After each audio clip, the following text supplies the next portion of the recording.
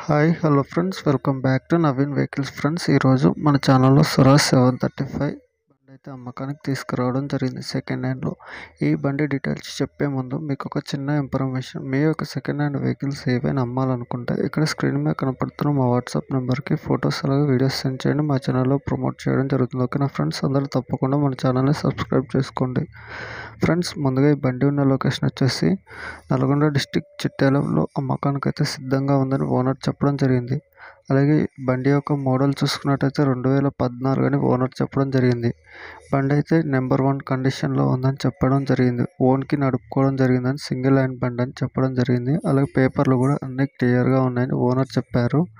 అలాగే ఈ బండి యొక్క రేటు, ఓనర్ చెప్తున్న రేట్ వచ్చేసి 2,80,000కి ఇస్తానని చెప్పారు. బండి అయితే నెంబర్ 1గా ఉందని చెప్పారు.